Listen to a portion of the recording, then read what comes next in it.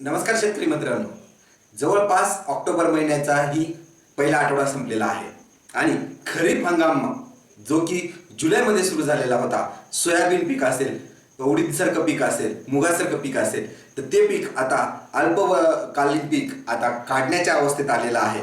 परंतु बऱ्याच शेतकऱ्यांमध्ये हा संभ्रम आहे की नेमकं ह्या वर्षी जे काही पावसाने आपल्याला दांडी मारली आहे किंवा एखाद्या महिन्यात पाऊस जास्त झालाय तर त्यामुळं जे काही नुकसान माझ्या पिकाचं झालेलं आहे तर त्याचा विमा मिळणार आहे का? त्यातच 25% अतिरिक्त विमा मिळेल अशी घोषणा सरकारने केली आहे मागच्या महिन्यामध्ये. तर मग त्यामध्ये मी पात्र आहे का नाही, मग त्याचे पैसे कसे येतील, किंवा आता जे काही सोयाबीन पीक आहे त्यावरती येलो मोझॅकचा प्रादुर्भाव आहे किंवा इतर कुठल्या पिकामध्ये कुठल्या ठिकाणी अतिवृष्टी झाल्यामुळे पिकाचं नुकसान झालेलं आहे, तर मग त्या नुकसानीचा दावा करायचा का ती त्याच 25% अतिरिक्त मध्ये समाविष्ट होणार आहे? शेतकऱ्यांमध्ये ही भीती आहे की मागील वर्षी आपण विमा भरत असताना प्रीमियम भरून विमा भरला आणि अतिवृष्टी जुलै महिन्यामध्ये झाली तरीही आपल्याला विम्याचा 1 रुपयाही अजून मिळालेला नाही. आणि त्यातच काय तर या वर्षी फक्त 1 रुपया आपण प्रीमियम विम्याचा भरलाय, तर कोणत्या भरोश्यावर आपण या सरकारकडनं विम्याचे रक्कम मागू? तर क्लेम करणं हे कितपत योग्य राहील,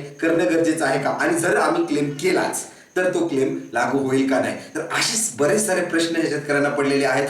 आता दिवाळी जवळ येत आहे आणि दरवर्षीप्रमाणे आपल्याला हे एक चाहूल लागलेली असते, एक आशा लागलेली असते बळीराजाला की कमीत कमी काहीतरी आपलं फुल ना फुलाची पाकळी म्हणून या सरकारकडनं आपल्याला काहीतरी मिळेल. आणि त्यातच कृषी मंत्री धनंजय मुंडे यांनी काल पत्रकार परिषद सांगितलं की मुख्यमंत्री एकनाथ शिंदे सरांच्या मार्गदर्शनाखाली जे काही 25% अतिरिक्त विमा जो काही देण्याचा ठरलेला आहे तो दिवाळीच्या जवळपास किंवा दिवाळीच्या अगोदर शेतकऱ्यांच्या खात्यावर जमा करून दिवाळी गोड करण्यात येईल.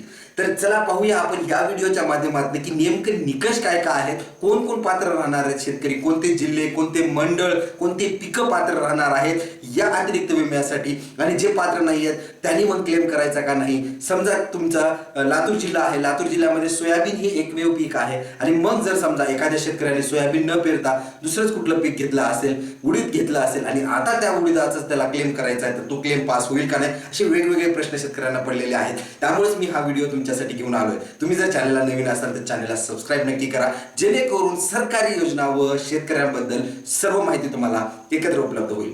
चला तर सुरू करूया आजच्या व्हिडिओला. नेमकं अतिवृष्टी किंवा अतिरिक्त विमा किंवा विमा जे आपण करणार आहे त्याचा क्लेम कधी आणि कसा पास होतो. मागच्या महिन्यात जे काही 25% अतिरिक्त विमा जमा करण्याची जी काही घोषणा केली त्याचा निकष सर्वात पहिलं पाहू. असं ठरलं गेलं की जर का एखाद्या जिल्ह्याचं किंवा बहुतांश राज्यामध्ये जर का 33% पेक्षा जास्त नुकसान झालेलं असेल पिकाचं तर त्याला एक मदत म्हणून अतिरिक्त 25%चा विमा देण्याची ही घोषणा या 33%च्या आधारावरती केली गेली. परंतु विमा कंपन्यांसाठी जे काही धोरण आहे किंवा जे काही क्रायटेरिया आहे विमा डिक्लेअर करायचा तो थोडासा वेगळा आहे. समजा राज्यातल्या पिकाचं नुकसान हे 50% पेक्षा जास्त झालेलं असेल, सरासरी नुकसान पिकाचं हे 50% पेक्षा जास्त झालं असेल तर विमा कंपन्यांना भाग पडतं की त्या वर्षी त्या पर्टिक्युलर पिकाला त्या राज्यासाठी त्या जिल्ह्यामध्ये त्या मंडळाला विमा देणं हे भाग पडतं. त्यामुळे दुसरा निकष हा आहे की 50% पेक्षा जास्त नुकसान होणं गरजेचं आहे. तर दुसरा एक ट्रिगर किंवा दुसरा एक क्रायटेरिया कुठला आहे की समजा 21 दिवसापर्यंत पाऊसच नाही पडला तरीही आपण एक त्याला कोरडा दुष्काळ म्हणून जाहीर करू शकतो. त्या पर्टिक्युलर जिल्हा असेल, तो पर्टिक्युलर मंडळ असेल किंवा राज्य असेल तर त्यामध्ये 21 दिवस जर सलग पाऊस नाही पडला तर तो एक निकष ठरू शकतो ज्यामध्ये की आपण त्याला ड्रॉट किंवा कोरडा दुष्काळ जाहीर करून आपण तिथं विम्याची मदत मागू शकतो. जून, जुलै, ऑगस्ट, सप्टेंबर हे 4 महिने खरीप पिकासाठी सर्वात महत्त्वाचे ठरले जातात. जर समजा जून, जुलै, ऑगस्ट, सप्टेंबर या 4 महिन्यात 50% पेक्षा कमी पाऊस जर झाला, सरासरी जे पावसाची टक्केवारी आहे त्यापेक्षा कमी पाऊस जर 50% पेक्षा जर कमी झाला तरी तुम्हाला कोरडा दुष्काळ म्हणून त्या जिल्ह्यासाठी जाहीर केला जातो आणि मग तुम्ही विम्यासाठी पात्र होता. मग आता यामध्ये आणखीन एक संभ्रम असा आहे की जून महिन्यामध्ये यावर्षी पाऊस बिलकुलच नव्हता, जुलै महिन्यामध्ये अतिवृष्टी झाली, त्यानंतर ऑगस्टमध्ये परत पावसाने दांडी मारली, सप्टेंबरमध्ये परतीच्या पावसात थोड्याफार प्रमाणात कमी दिवसात का होईना पण अतिवृष्टी झालेली आहे. तर नेमकं यामध्ये मग आपण याला कोरडा दुष्काळ समजायचा की ओला दुष्काळ समजायचा. तर सरासरी जर काढली, 4 महिन्याची जर सरासरी काढली, तर ह्या वर्षी नक्कीच ओल्या दुष्काळापेक्षा जास्त कोरड्या दुष्काळाचा प्रादुर्भाव जास्त दिसून येतोय. आणि त्यामुळेच काय तर कोरडा दुष्काळ म्हणून आपल्याला यावर्षी विमा ही लागू होऊ शकतो आणि अतिरिक्तचं जे काही अनुदान आहे तेही लागू होईल. या 4 निकषाच्या ऐवजी आणखीन एक निकष असा आहे की होतं काय की तुमचे जे काही सरासरी न काढता तुम्हाला जर काही समजा एखाद्या जिल्ह्यामध्ये काही ठराविक मंडळं आहेत आणि काही ठराविक पिकं आहेत, तर त्यामध्ये जर नुकसान झालेलं असेल तर त्या पर्टिक्युलर लोकांना म्हणजे थोड्या ठराविक लोकांनाच जर तुम्हाला नुकसान झालेलं आहे आणि त्याला मदत करायची असेल तर त्यासाठी सरकारमार्फत म्हणजे त्या त्या जिल्ह्याचे, तालुक्याचे, त्या मंडळाचे अधिकारी एक अधिसूचना म्हणजेच एक प्री नोटीस काढतात, अधिसूचना काढतात आणि ती सरकारकडे जमा करतात की आमच्या मंडळामध्ये किंवा या माझ्या जिल्ह्यातल्या ह्या 4 मंडळामध्ये 8 मंडळामध्ये हे प्रामुख्याने पीक घेतलं जातं आणि या पिकाचं इतक्या टक्के म्हणजे 33% असेल किंवा 50% असेल किंवा 80% असेल इतक्या प्रमाणात आमच्या त्या पिकाचं नुकसान झालेलं आहे. त्यामुळं हे जिल्हे किंवा हे महसूल मंडळ पात्र असतील विम्यासाठी. विम्याची जी काही रक्कम आहे, जे काही अनुदान आहे त्यासाठी पात्र करणे. तर अधिसूचना काढूनही आणखीन एक प्रकार आहे ज्यामध्ये की तुम्हाला विम्याचा लाभ हा मिळवता येतो. तर त्याच अधिसूचनावरती काय ते मागच्या महिन्याचे 25% जे अतिरिक्त विमा तुम्हाला मिळणार आहे, तर तो विमा कुठल्या निकषावरती मिळणार आहे तर त्या अधिसूचना ज्या काही प्रत्येक जिल्ह्यातील महसूल मंडळातील अधिकाऱ्यांनी वरती अधिसूचनेमध्ये नुकसानीचा दावा केलेला आहे की किती टक्के नुकसान झालं आहे त्या टक्केवारीवरती तुम्हाला विम्याची रक्कम ठरेल आणि त्या प्रमाणातच तुम्हाला ही रक्कम मिळण्याची सोय केली जाईल. अधिसूचनेच्या बाबतीत आणखीन एक गोष्ट अशी आहे की केवळ पावसाचाच कमी किंवा जास्त प्रमाण नसून रोगाचा जरी प्रादुर्भाव असेल, जसं की पावसाचा अधिसूचना ह्या निघतात पहिल्या, दुसऱ्या, तिसऱ्या महिन्यामध्ये, परंतु पीक जेव्हा मोठं होतं किंवा ते वयात येतं, शान पीक आपण ज्याला म्हणतो, काढणीच्या अगोदरचं जे पीक असतं स्टँडिंग क्रॉप, त्यावेळेस रोगाचा प्रादुर्भाव जर झाला असेल तर त्या रोगाबद्दल पण जर तुम्हाला संरक्षण पाहिजे असेल तर अधिसूचनेच्या बाबतीत अधिसूचनेच्या द्वारे त्यामध्ये सांगितलं जातं की अधिसूचनेमध्ये की या मंडळामध्ये हा रोगाचा प्रादुर्भाव झाल्यामुळे इतके टक्के नुकसान झालेलं आहे आणि त्या टक्केवारीवरती तुम्हाला विम्याची रक्कम ही ठरली जाते.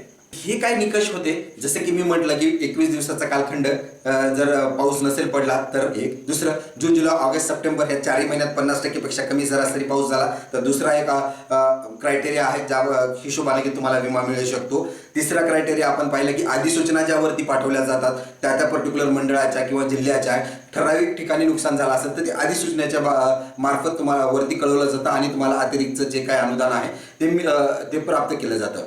परंतु यामध्ये आणखीन एक संभ्रम असा आहे की समजा तुमच्या जिल्ह्यामध्ये प्रामुख्याने एक पीक आहे सोयाबीन आणि त्याबद्दल अधिसूचना निघालेली आहे आणि ती निघाली की या सोयाबीन पिकाचं या जिल्ह्यामध्ये या मंडळामध्ये अतोनात नुकसान झालेलं आहे, XYZ टक्केवारी नुकसान झालेलं आहे, त्यामुळे हे शेतकरी क्लेमसाठी किंवा विम्यासाठी पात्र राहतील. परंतु एखाद्या शेतकऱ्याने किंवा बहुतांश 10%, 20% शेतकरी असतील त्या जिल्ह्यातले, त्याने ते पीक पर्टिक्युलर सोयाबीन हे पीक न घेता दुसरं पीक लावलेलं असेल आणि त्याचा विमा त्यांनी उतरवलेला असेल तर मग अशा वेळेस संभ्रम हा आहे की तुम्हाला त्याचा विम्याचा क्लेम पास होईल का नाही.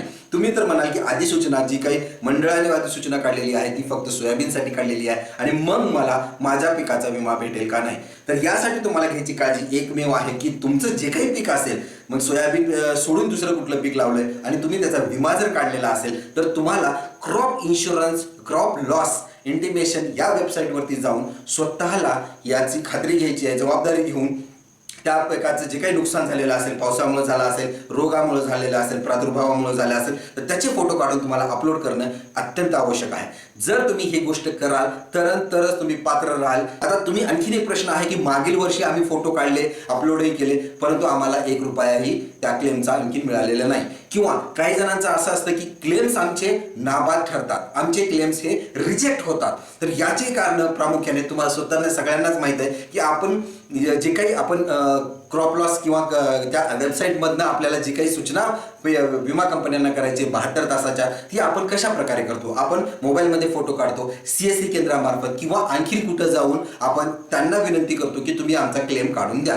कारण बहुतांश असं आपण ऐकलेलं असतं शेतकरी मित्रांकडनं की तुमच्याच मित्राकडनं की आम्ही शेतावरती गेल्यानंतर ती ॲप चालत नाही, तिथं इंटरनेटचं नेटवर्क नाही आहेत, आमचे फोटोज येत नाहीत, सर्व्हरचा प्रॉब्लेम असतो आणि मग त्यामुळे एक प्रथा बनते की आपण CSC केंद्रावरती जाऊन ह्या विम्याचे क्लेम आपण टाकायला सुरुवात करतो. मग होतं काय, ज्यावेळेस तुम्ही फोटो काढलेला असतो तो विदाऊट लॅटिट्यूड लॉंगिट्यूड काढलेला असतो आणि ज्यावेळेस तुम्ही हे क्रॉप लॉस इंटिमेशनच्या वेबसाईटमध्ये जाऊन फोटो जिथनं अपलोड करतात तिथं लॅटिट्यूड लॉंगिट्यूड अक्षरांश रेखांश हे त्या ठिकाणचं घेतलं जातं. CSC सेंटर ज्या जिल्ह्याच्या ठिकाणी असेल, तालुक्याच्या ठिकाणी असेल, गावच्या ठिकाणी असेल, म्हणजेच काय तर ते लॅटिट्यूड लॉंगिट्यूड आणि तुमची जी जमीन आहे, सातबारा जो तुम्ही जोडलेला आहे त्यावरती जे लॅटिट्यूड लॉंगिट्यूड आहे, UL पिन आपण ज्याला म्हणतो, UL पिन म्हणजेच काय तर त्याचं लॅटिट्यूड लॉंगिट्यूड हे त्या जमिनीचं त्या सर्वे नंबरचं आहे. मग ते आणि हे लॅटिट्यूड लॉंगिट्यूड मिसमॅच झाल्यामुळं डायरेक्टली क्लेम हा रिजेक्ट होतो, तो क्लेम पास होत नाही.